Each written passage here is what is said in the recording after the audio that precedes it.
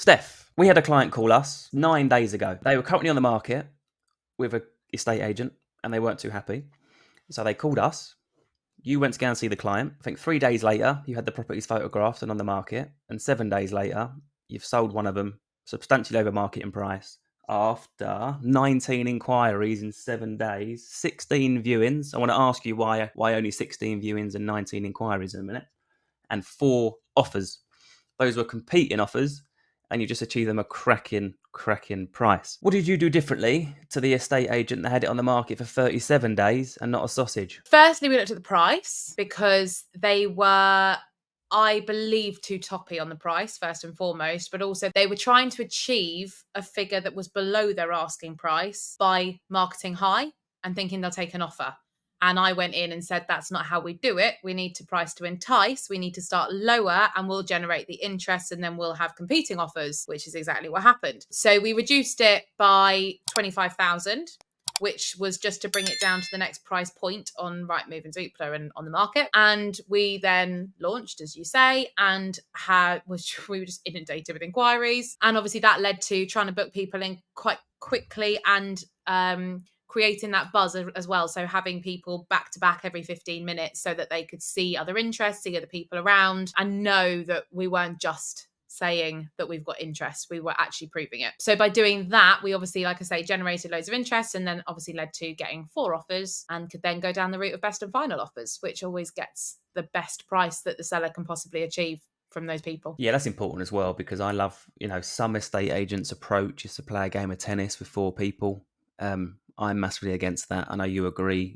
Put your best foot forward, best and finals by X time, and then the seller will be accepting one of those offers. That's, I believe, the fairest, because then you put the power back in the buyer's control. Put as much or as little forward as you want, and then the property will be agreed. What I find really interesting with the whole pricing piece is it was just a minor change in pricing strategy, right? So it wasn't like a massive, you're too much money. You got him the same end result that the other agent was trying to get him after 37 days, but no luck. But you just went the other way around to achieve it. The seller knew they were on for too much money. There's actually another property they've given us as well, which they didn't want to reduce immediately. But now, because of the results of this one, they've come to me and said, that's too much money as well, isn't it? I was like, yeah. We want you to do that again. Exactly. So they knew they were on for too much money. They knew what they wanted to achieve and they have achieved that, but just like you say, gone a different way about it. So they're still incredibly happy. We've not changed. I think it's really key to note there's a difference between marketing price and price expectations. And by changing your marketing price, you're not necessarily changing your price expectations.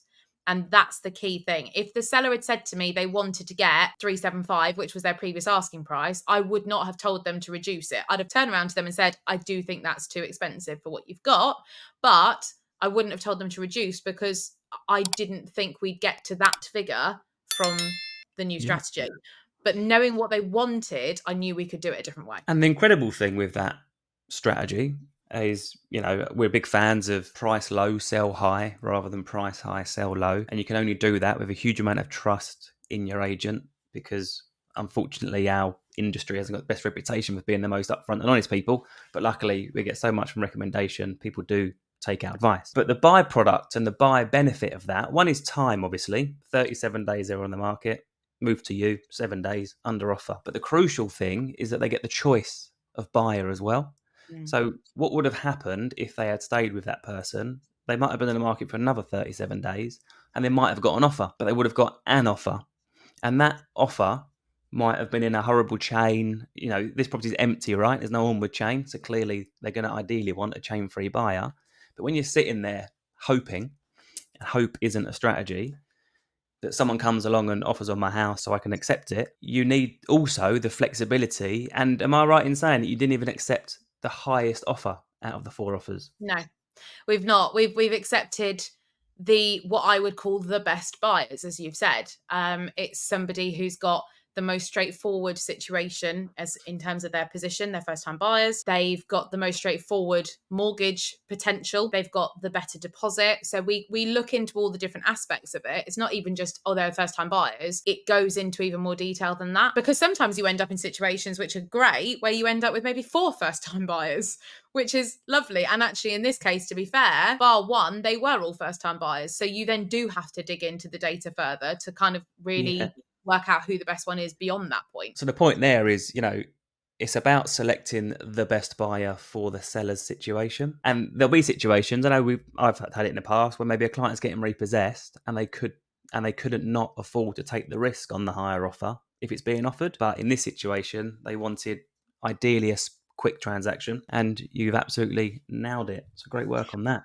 Can I just say though as well, because sellers at the moment, I think some are very nervous about the strategy of price low, gain high. In the last 6 sales that I've had, 5 of them went over the asking price because they were price to win try strategies. All 5 of them. So there was one property that didn't, but it was very complicated and it wasn't an offers over price point. It was just a price point. So they expected a bit of a hit again. But yeah, 5 out of 6 went over. So buyers are not offering over the asking price. If they love a house, they will do it. And I see a lot of keyboard warriors and all like, well, anyone can do that when you underprice a house. But the point is, and I also see a lot of buyers say they don't like it. The point is with this strategy, and it's important that it gets clarified, is that we're not marketing them at prices where the sellers flatly refused to potentially accept, right? That's the important part. If after the marketing campaign, it's offers over 350, let's say, and the best offer is 350, the seller will likely accept it. All we're saying is get the interest and let the market determine where your value is based on not even necessarily competition, but from multiple offers from multiple different buyers. The whole best and final offer thing, people are like, oh, I'm not getting involved in that. It's like, all you got to do is put forward what you're prepared to pay for the house. That's all we ask of you. We don't want you to have a fight with a buyer down the local village green. Just, how much you want the house. You've viewed a lot of houses. You know what it's worth to you. Offer what it's worth to you. And if it's worth more to somebody else, you've done your best. So yeah, so I wanted to clarify that it's important that that kind of price to entice strategy is literally that. We're trying to achieve this, but let's go about it this way rather than this way. Pricing strategy review is really important. That's tip number 1 of 3 things to do to sell your property in 7 days. What's another tip that you might have done differently on that? I mean, again, it's getting the interest levels out there. So it's actually putting the property out to the world properly. And we were on more websites and more portals than the other agent was. So we utilised that a little bit. No And we stone did get, unturned, I think is the yeah, saying on that. and we did get inquiries across the board. So, there were a few buyers there who potentially wouldn't have seen it if we hadn't been on that portal because they may not have looked on Rightmove. So yeah, making sure that you're on all of the portals, not just the one. So I liken that to fishing. Do you want to hear a crazy analogy? Oh, I love my crazy analogy. I don't think it matters if I want to hear it or not. So I'll make it quick though. So when we're going fishing for some buyers, and I say some buyers because I believe that an estate agent's job is to produce the client some options, not a buyer. So multiple buyers, that means. You could go down the fishing tackle shop, buy a fishing rod, buy a line, a hook, and a maggot.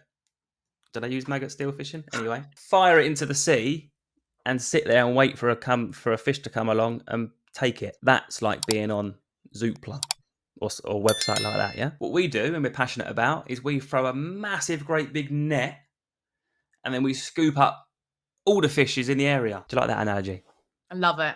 Awesome. So Perfect. when we're talking all the major portals and any new challenger portals that come through, we'll be on it first because we want to be a quick adopter, make sure our clients, if anyone's going there, we want to make sure our clients' properties are there. Social for sale boards now are still extremely, I think in the digital age, I believe the boards becoming more and more valuable when selling your house because I believe that they're the highest quality inquiries you're ever going to get. Because most people's location is their main priority and they're standing outside the house. And on the topic of a board, the number of times that I talk to sellers about a board and they go, yeah, but all buyers come from Rightmove anyway. But you never know what put them onto Rightmove in the first place, or Zoopla or On the Market or whoever. But, if they've seen our for sale board, that might be the thing that prompted them to look online. I do it all the time, and I know I'm probably do it a lot more than some people would because I'm interested in it, but I will visit anywhere And you can almost guarantee that at some point whilst I'm there, I'll see a for sale board and I will then immediately go onto Rightmove, put in my current location and try and find out about the house. Yes, the inquiry might have still been fed through from Rightmove or Zoopla or On the Market or whoever else, but it doesn't mean that the for sale board didn't prompt it. So I've said before, and I've said it again, don't be missed. Yeah, Advertise everywhere. You can't be be missed. everywhere. You're fine. Because you can't sit down with a client in 4, 6, 10, 12 weeks' time to say, right, I know I've exalted the market here. This is the best price you're going to get in today's market. If you've Yeah. kind of kept it off somewhere or not done this or not done that, we can't be completely committed to delivering that. This is the absolute outcome that you're going to get right now. Cool. That's 2. I will finish on the third thing, the third tip.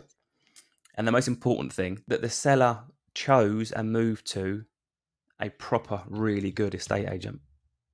And I say that not just because you're on the call and I want to say you're great, but not all estate agents are equal. You know, some do it to clock off at 5 o'clock. Some are replying to clients and inquiries at 8 o'clock at night because they know they've got some viewings tomorrow and they want to make sure that every last inquiry that we've got in the inbox gets to see it tomorrow. Rather than, oh, I'll do my 2 viewings tomorrow because I can't be asked to do more tomorrow and do some more on Saturday. You know, that is so important. So it comes back to my 4 P's of price, presentation, promotion are extremely important when selling your house, but mean nothing if you've got the wrong person. So great And work. I will add to that it was, because people get funny about it, it was a local estate agent who was selling the property initially. Yeah. And much as we are not deemed as local because we don't have a high street office, mind you, I'm local to the area anyway, but it was your typical, what I would suggest, local agent couldn't do it. Actually, we could. And I've got, I've set the business up in the way that I have. I've got nothing against local, but it's way down the pecking order now in priorities when choosing an estate agent. If you've got great marketing, a great person, great price and advice, and they're local, high five. But if they're local and their marketing's crap, and you can see that by just looking online, and you inquire about a house with them and you don't hear from them for 2 days, that's not cool. Love it. Thanks again, Steph. We'll see you on the next one.